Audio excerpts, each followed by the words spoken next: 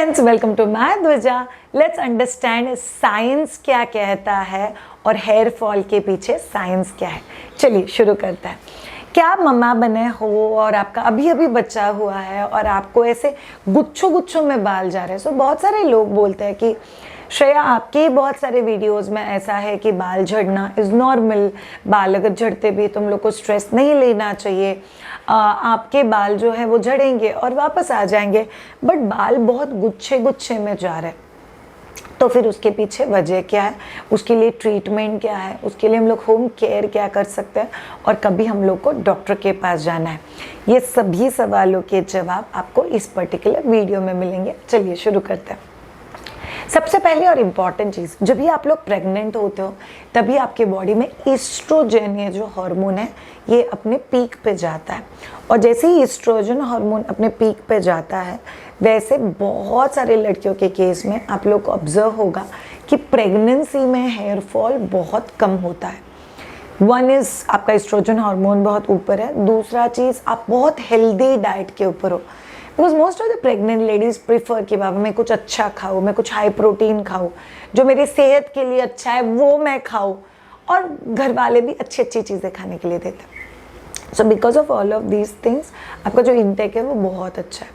There is after delivery एक बहुत important चीज़ है, आपका ईस्ट्रोजन सडनली ड्रॉप हो जाता है। सो ईस्ट्रोजन सडनली ड्रॉप होने का मतलब क्या? ये देखो, मैं मेरे बाल को पकड़ के टूटे नहीं टूटे। कई बार न्यू मदर के केस में अगर आप इतने बाल पकड़ के ऐसे खींचोगे तो सबके सब साथ में बाहर आ जाएंगे। अभी इसकी वजह क्या है? ये जो पॉज इफेक्ट है, पॉज इफेक्ट क्या होता है समझ लो। बाल है, बालों की जड़ें हैं, जड़ का जो कनेक्शन है वहाँ से बाल झड़ता है, वापस नया रूट आता है, वापस नया बाल उगता है और इसे साइकिल में चले जाते हैं हम लोग। और कई बार ये जो रूट है, जो नरिशमेंट है उस रूट का, वो पॉज पे चला जाता है। सो जैसे ही ईस्ट्रोजन हार्मोन ड्रॉप हो गया, वैसे ये जो रूट का नरिशमेंट है वो पॉज पे चला जाता है। उसकी वजह से एक साथ में बहुत सारे रूट्स के साथ बाल निकल आना, इट्स वेरी वेरी नॉर्मल। इस पूरी चीज़ को बोलते हैं टैलोजियम इफ्लूवियम। ज़्यादा दिल पे मत लेना, कॉम्प्लिकेटेड इंग्लिश वर्ड है ना। बेसिकली ये वर्ड आपको ये बताता है कि रूट का नरिशमेंट पॉज होने की वजह से आपके बाल बहुत ज़्यादा क्वांटिटी में बहुत सारे साथ में बाहर निकल रहे हैं। अभी आप जितना भी मार्केट में देखोगे, जितना भी कमर्शियल एड्स में देखोगे, आपको बहुत जगहों पे दिखाई देगा कि हेयर फॉल रिडक्शन शैम्पू, ये शैम्पू, वो शैम्पू। पर आपको पता है, जब भी आपके स्कैल्प का नरिशमेंट कम हो गया है और अगर आप उसमें कोई भी केमिकल चीज़ डालोगे जहाँ पे इसके पोर्स ओपन है, उसका नरिशमेंट कम है, इनफैक्ट ये आपके स्कैल्प को हेल्प करने के बदले इसको और ज़्यादा डैमेज करते जाएगा, विच इज़ वर्स्ट। तो आप लोगों को ये समझना बहुत ज़्यादा ज़रूरी है कि प्रेगनेंसी के बाद जो हेयर फॉल होता है उसके पीछे एक वजह है, और जो गुच्छों गुच्छों में हेयर फॉल होता है उसके पीछे भी वजह है। बिकॉज ये सारे रूट्स जो है वो वीक हो गए, इसीलिए थोड़े से भी खिंचाव के साथ सारी चीज़ें प्लग हो जाती है। That's very very normal. दूसरी बहुत इंपॉर्टेंट वजह है स्लीप। बिकॉज आपका नींद नहीं हो रहा है। किसी भी इंसान को मिनिमम 7 से 10 घंटा नींद लगती है, बिकॉज नींद आपके ब्रेन को, बॉडी को, ब्लड सप्लाई को काम डाउन करने के लिए हेल्प करता है। अगर ये आपके दिमाग का जो सेंटर है, जो गोडाउन है, वो कॉन्स्टेंटली चल रहा है, कॉन्स्टेंटली चल रहा है, तो वो इफिशिएंटली काम कर ही नहीं सकता। फॉर एग्जाम्पल मैं आप लोग को बता देती हूँ कि आपके मोबाइल का मेमोरी स्पेस फुल हो गया है और आप उसमें और कुछ डालने की कोशिश कर रहे हो। नहीं श्रेया, वो तो लेगा ही नहीं समझ ले कि वो ले सकता है, बट वो क्या करते जाएगा, जो पहले का पूरा डेटा है उसको कंप्रेस करते जाएगा, उसका क्वालिटी ख़राब करते जाएगा। इसका मतलब क्या है? आपकी यहाँ पे जो भी डेटा है, जो भी ग्रोथ है, जो भी नरिशमेंट है, अगर आप इसमें भरते जाओगे तो जो क्वालिटी ऑफ डेटा है दैट विल कीप रिडक्शन।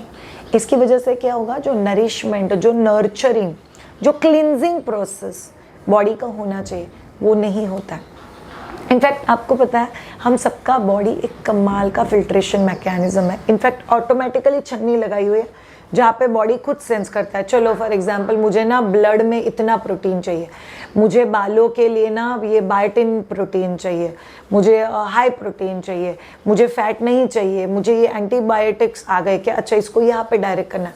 ये सब चीज़ बॉडी ऑटो फिल्टर करता है, बिकॉज बॉडी चाहता है कि आप हेल्दी हो।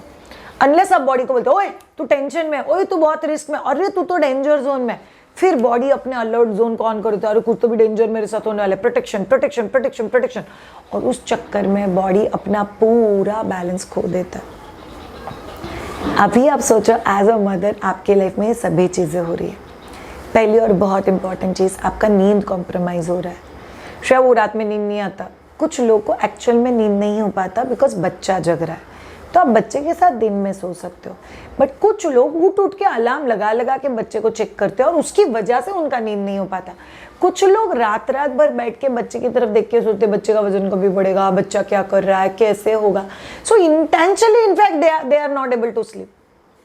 तीसरा बहुत इंपॉर्टेंट चीज़, बिकॉज उन लोगों का नींद नहीं हो रहा है उनकी चिड़चिड़ हो रही है, बिकॉज उन लोगों का चिड़चिड़ हो रहा है उनका रैम क्लियर नहीं है, इसलिए lot of incomplete cycle, lot of incomplete information जो बच्चा प्रोसेस कर रहा है, जिसकी वजह से बच्चे के ऊपर इफेक्ट हो रहा है।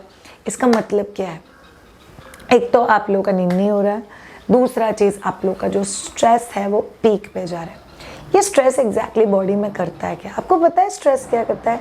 स्ट्रेस बॉडी को बोलता है मैं सबसे इम्पोर्टेंट है, मेरे को फोकस कर, बाकी सब चीज़ें सेकेंडरी हो जाती हैं। इसका मतलब क्या, अगर आप लोग बहुत अच्छे से समझ के आगे जाओगे कि एग्जैक्टली अगर कोई चीज़ आपके बॉडी में हो रहा है तो उसके पीछे क्या क्या वजह हो सकती है। एक है फिजिकल रीजंस जो हम लोग को दिखाई देते हैं, क्योंकि मैं शैम्पू जो यूज़ कर रही हूँ उसकी वजह से हो रहा है। दूसरा है कि मैं छोटे दांतों वाली जो बहुत क्लोज दांत वाली कंघी होती है उससे ज़ोर ज़ोर से बालों को ठीक करती हूँ। तीसरा चीज़ हो सकता है कि मैं बालों के नरिशमेंट के लिए कुछ नहीं कर रही हूँ। चौथा चीज़ हो सकता है कि आप गीले बालों में बहुत ज़्यादा झटक रहे हो, कि बहुत ज़्यादा फोर्सफुली बालों को कोम करने की कोशिश कर रहे हो। ये सभी चीज़ें are physical factor and there is one very important factor which is an internal factor. आपको पता है American academy of newborn care and the pregnant ladies and breast feeding mother care कहता है कि बहुत सारे मदर्स को पोस्ट डिलीवरी फेज में हेयर फॉल होता है और काफ़ी मेजर होता है। यूजुअली आपके बच्चे का 4th मंथ जब भी शुरू होता है, पैदा होने के बाद वाला, तभी हेयर फॉल शुरू हो जाता है और आपका बच्चा 1 साल का होने तक ये हेयर फॉल कंटिन्यू रहता है। तीसरा चीज़, यूजुअली आपका बच्चा 1 साल का होने के बाद ये चीज़ें थोड़ी सी कंफर्टेबल होना चालू हो जाता है। एंड चौथा है ना, वेरी वेरी इंपॉर्टेंट, अगर आपको लगता है कि आपके किन किन पैचेस में स्कैल्प दिख रहा है, एकदम टकला हो गया है, उस पैच में बाल ही नहीं है, बाल एकदम ही पतले हो गए, कुछ ज़्यादा ही झड़ रहे, लिटरली से हाथ से निकाल के प्लग कर लो उस टाइप में बाल निकल रहे, तो फिर आपको एक बार डॉक्टर से बात करना बहुत ज़्यादा ज़रूरी है। Preferably go to a proper scalp specialist और स्किन स्पेशलिस्ट, वो लोग आपको बहुत अच्छे से हेल्प कर पाएंगे। अब जानते हैं नेक्स्ट वेरी इंपॉर्टेंट रीज़न जिसकी वजह से हेयर फॉल होता है इज़ बेसिकली इम्बैलेंस। जैसे मैंने आप लोगों को स्ट्रेस के बारे में बोला, वैसे ही imbalance in your nutrition in your diet. Too much of chapati, too much of chawal, आप सब्जियां बहुत कम खा रहे हो, आप लोग फ्रूट्स नहीं खा रहे हो। सी एक चीज़ याद रखो यार, बॉडी ना बहुत कमाल का कंप्यूटर है। वो कंप्यूटर का आपको क्लीनिंग प्रोसेस, मतलब जो ड्राइव है, जो रैम है, वो क्लियर लेना बहुत ज़्यादा ज़रूरी है। और उसके हेल्थ और नरिशमेंट के लिए जो भी चीज़ें आप लोग को करनी है वो करना बहुत ज़्यादा ज़रूरी है। बट ये दोनों ही चीज़ें तभी हो सकती है जब भी आप लोग ऑनेस्टली प्लान करो उस चीज़ को। So this can help big time.